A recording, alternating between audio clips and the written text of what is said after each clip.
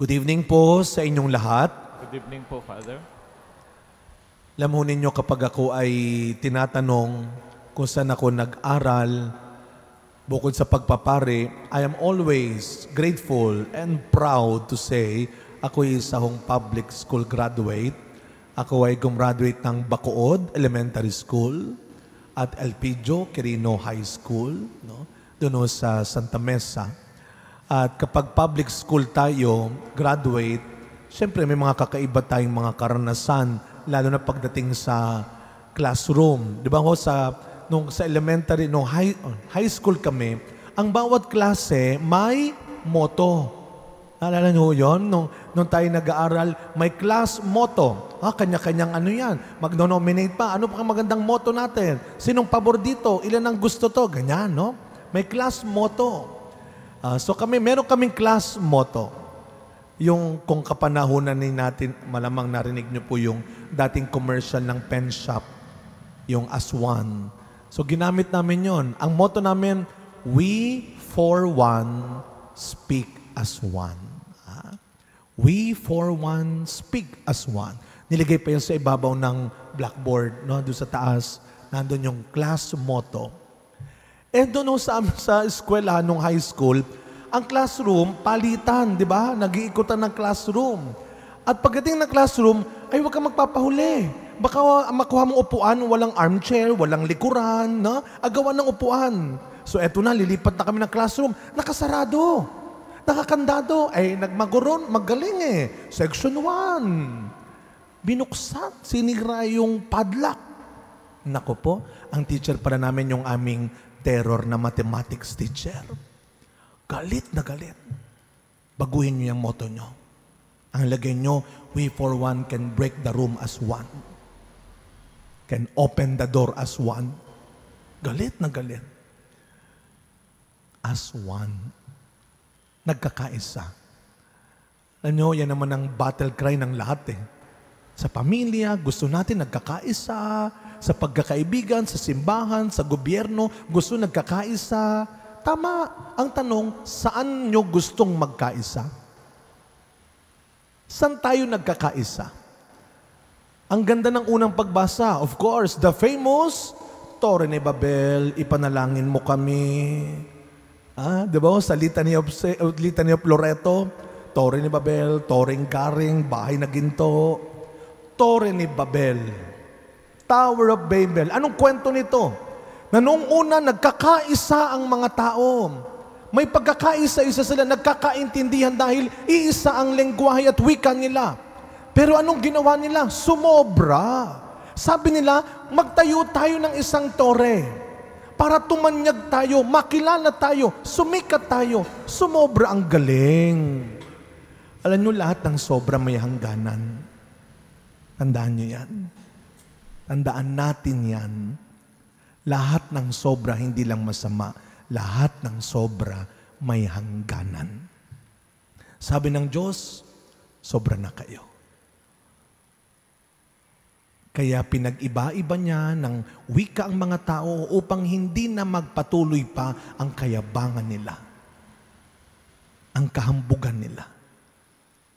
Sapagkat ang nais nila ay matanyag lamang sila. Kaya sa mga pagkakataon na pakiramdam mo, sobra na ang ginagawa nila sa iyo. Sobra na ang pananalita nila sa iyo. Sobra na ang paghihirap mo. Tandaan mo, lahat ng sobra may hangganan. Kaya nga kung pagkakaisa rin ang pag-uusapan natin, sana itong pagkakaisang ito ay hindi nagtuturo sa atin na makalimot tayo sa kung ano ang tunay na mahalaga. Kung magkakaisa tayo, huwag tayong magkaisa dahil pare-pareho tayong sinungaling. Dahil pare-pareho tayong mayabang. Dahil pare-pareho tayong madamot. Kung magkakaisa tayo, sana magkaisa tayo na manindigan. Pumanig sa kung ano ang totoo, mabuti, maganda, at tama. Doon tayo magkaisa. Kaya iba yung pakikiisa sa pangiisa. Iba yung pakikisama sa pakikisama. Sana itong ating sinasamahan ay tunay na magtutulak sa atin na manatili pa rin sa kung ano ang tinuturo ni Kristo sa atin na ang sabi niya sa Ebanghelyo, sino man ang mag-isip ng para sa sarili niya ay lalong mawawalan. Ano ang iniisip ng mga tao noon? Para sumikat tayo. Yung palang kanilang pagkakaisa ay para rin sa kanila lang. Kaya kung magkakaisa tayo, siguraduhin natin ang pagkakaisa natin ay magdudulot din ng mabuti sa kapwa natin. Na ang pagkakaisang ito ay magiging totoo, makabuluhan lamang kung ito ay nagbubunga ng mabuti at maganda sa mas maraming kapwa. At hindi tayo-tayo lang. Hindi pagkakaisa ang tayo-tayo lang. Ang pagkakaisa ay dapat nauuwi sa tayong lahat. At sana ho, itong ating pagkakaisa na ninanais ay mag-ugat pa rin sa bilin ni Kristo sa atin.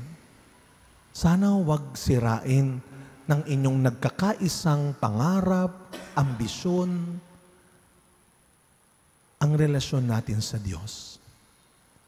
Anong maidadagdag na araw sa buhay mo kung ang hahangarin lang natin ay mga bagay na makamundo? Ay ang pagkilala ng mundo. Gusto ko pong tapusin ang pagninilay na ito.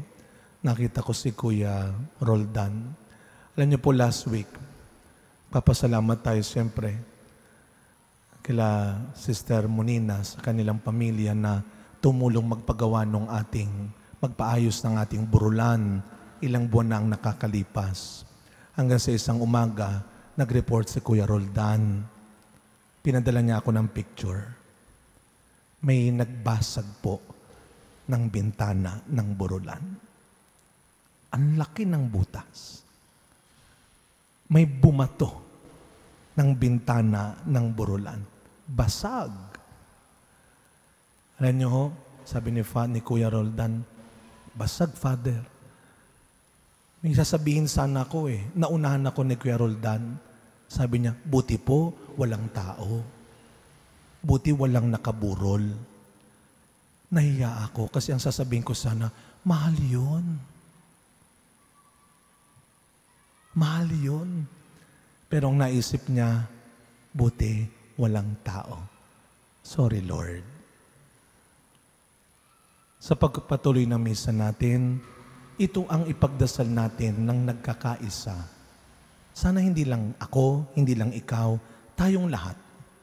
Magkaisa tayo sa panalangin, Lord, huwag mong hahayaan na maging mas importante ang iba kesa sa iyo. Huwag mong hahayaan na mapalitan ka sa mas dapat naming isipin at hangarin.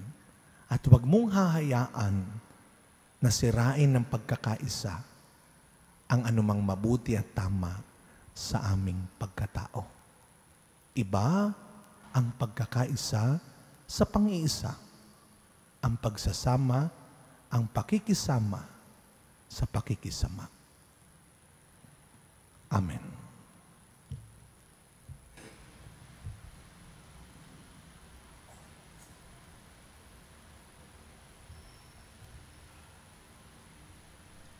Manalangin tayo sa Ama sa langit upang masundan natin si Jesus, ang kanyang anak, at matularan siya ng lubos.